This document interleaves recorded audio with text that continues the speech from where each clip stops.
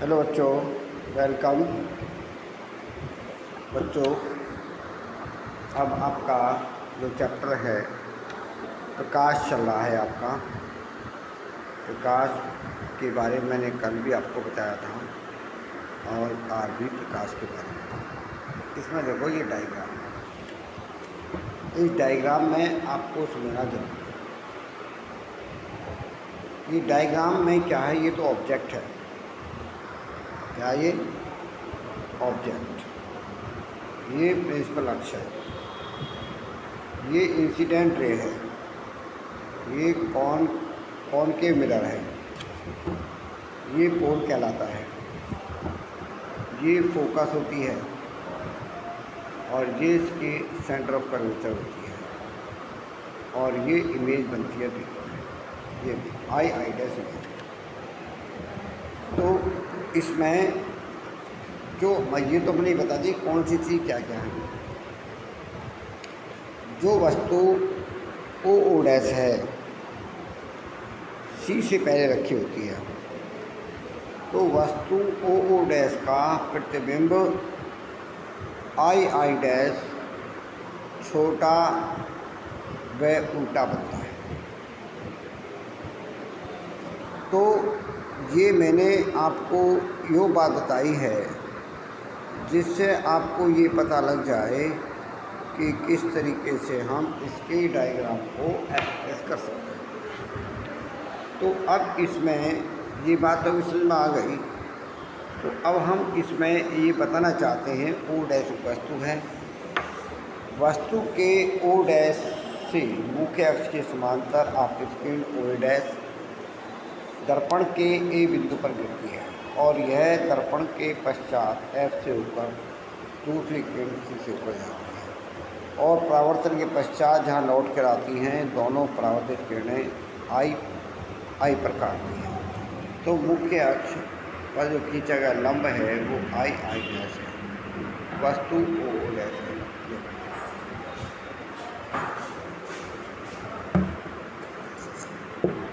और इस तरीके से हमारी वस्तु ओ डैश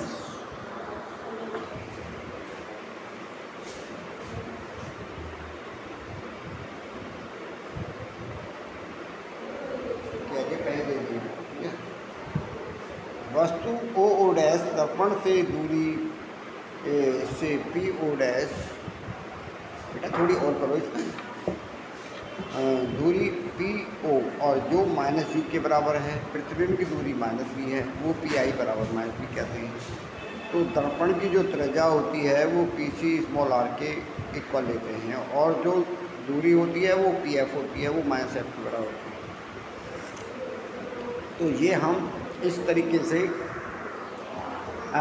ये बताते हैं। यू बी एफ में एक सूत्र होता है, इसका डेरिवेशन आपके कोर्स में नहीं है, लेकिन ये डायग्राम इनका मान जरूर आपको याद होना चाहिए। यू बी एफ जो होता है, यू बी एफ में संबंध होता है 1/v 1/v 1/u equal to 1/f। अवतल दर्पण की फोकस दूरी का सूत्र है ये। इसमें u क्या है? वस्तु दूरी, v क्या है? प्रतिबिंब दूरी, f क्या है? फोकस दूरी किसके? दर्पण की। तो इस तरीके से आपको ये याद करना है, इम्पोर्टेंट है। इस पर आधारित न्यूमेरिकल आता है या ये डायग्राम आ जाता है, बुझ लेता है, या इस पर न्यूमेरिकल बनता है। तो इसे आप आराम तैयार कर लेंगे। अब देखेंगे उत्तल दर्पण के लिए। उत्तल दर्पण में ये हमारा है डायग्राम, ये डायग्राम है। इस डायग्राम में आपको मैं ये बताना चाहूँगा, ये हमारा उत्तल दर्पण है। कौन सा दर्पण है? उत्तल दर्पण।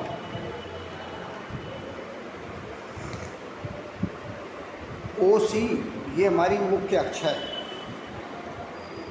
ओ डैश वस्तु है, ओ डैश ए आपतित किरण है, ये परावर्तित किरण है। दूसरी रे हमारी ओ से सी पर आती है, जैसे आती है वैसे वापस लौट जाती है।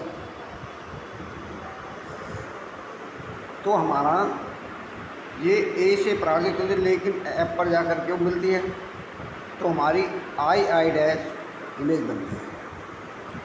जो आई डैश का अब इसमें जो फॉर्मूला है आपका, अगर से काम थोड़ी करेगा, वही formula 1/v 1/u equal to 1/l। Formula यही आना है बार बार। v क्या है प्रतिबिंब दूरी, u क्या है वस्तु दूरी, और f क्या है उत्तल दर्पण की फोकस दूरी।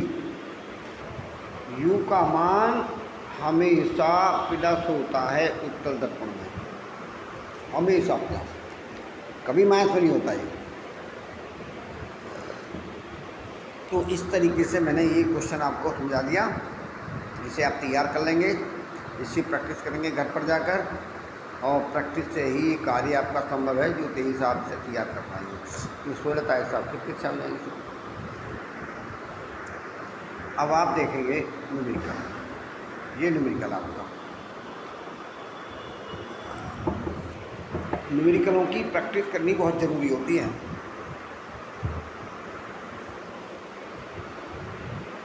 न्यूमेरिकलों की जो प्रैक्टिस है वो बहुत ज़रूरी है। अगर न्यूमेरिकल प्रैक्टिस नहीं करोगे तो आपसे पेपर में न्यूमेरिकल होंगे नहीं। अब देखिए, एक दर्पण की वक्रता ले ली, हमने फोकस दूरी निकाली है, कितनी है f बराबर r/2। r का मान कितना है 20 है, तो r का मान 20 हो गया। और वस्तु दूरी कितनी है 15 सेंटीमीटर। फॉर्मूला ये लगाते हैं, इन दोनों वैल्यू को यहाँ पुट कर दो, पुट कर दें, यहाँ से u की वैल्यू निकालो 1/15 1/10, इसका एलसीएम लो 1/30, तो वस्तु दूरी कितनी आ गई 30 सेंटीमीटर। तुम कहेंगे दर्पण के सामने कितनी दूरी पर प्रतिबिंब बनता है, हम ये कहेंगे। तो मेरे कहने का मतलब ये हो गया, आप इसे आराम से कर सकते हो, दिक्कत कुछ नहीं है, और दिक्कत माननी भी नहीं चाहिए, क्योंकि क्वेश्चन में ऐसी दिक्कत नहीं आ रही है जो आप ना कर पाएं।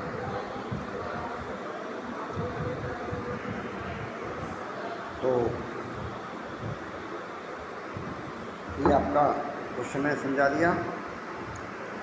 ये क्या है, फोकस दूरी कितनी है 10, वस्तु दूरी 15, फॉर्मूला ये लगा दिया, इसमें इसकी वैल्यू सब्स्टिट्यूट कर दिया गया। तो इस तरह से आप इसे किया करेंगे। देखो भाई, एक 12 सेंटीमीटर वाला उत्तल फोकस दूरी अवतल दर्पण के सामने 4 सेंटीमीटर लंबी वस्तु कहाँ रखी जाए जो 1 सेंटीमीटर लंबा हो। तो हम ये फॉर्मूला तो जानते हैं H-H/V - PU। तो इसका मतलब हो गया H का हमारा 1/-4 बनता है। तो V की वैल्यू हमारी -+ हो जाएगी, U/4 हो जाएगी। तो U=4 भी निकाल दी। इसमें दर्पण का जो फॉर्मूला है 1/V 1/U लगा दिया, इसमें UV की वैल्यू रख दी, तो V का मान निकल कितना है -50। अब U का निकालना है तो 4 हो जाएगा। तो हम इसमें इसकी वैल्यू को कैलकुलेट कर सकते हैं।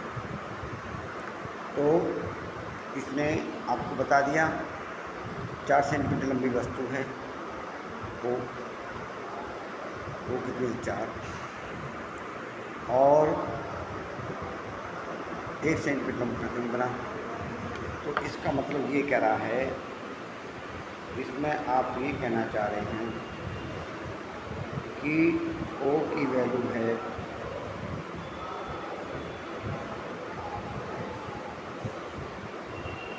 O की वैल्यू हमारी 4 और I की वैल्यू है,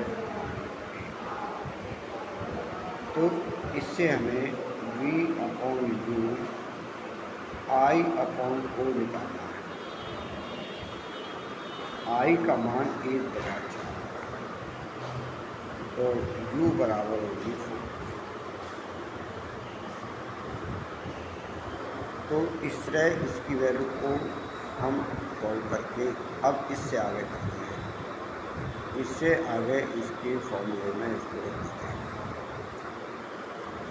अब हम ये देखते हैं कि 1/f 1/b 1/b 1/5 है, 1/5b 1/,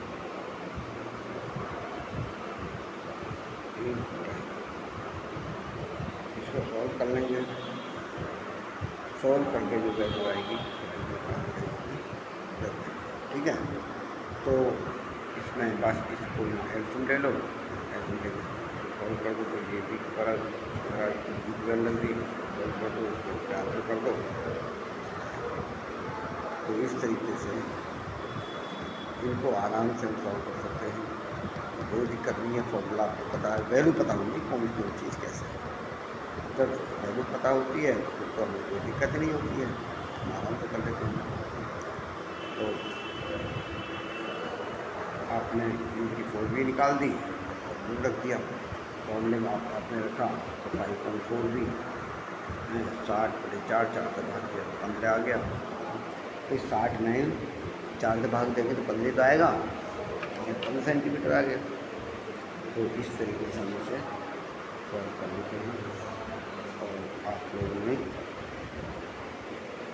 ये क्वेश्चन किए हैं और मैं समझता हूँ आपको ये क्वेश्चन सब समझ में आगे हुए, क्योंकि ज़्यादा हार्डनेस नहीं है, लेकिन आप समझेंगे, समझने से ही सब कुछ संभव होता है। इसके मैंने लेकर कराएँ, ये तो डेरिवेशन बताएँ आपको तैयार करने हैं, और इन डेरिवेशन को तैयार करके ही आपको कार्य प्राप्त हो सकती है। अब आपके एग्ज़ाम भी हैं।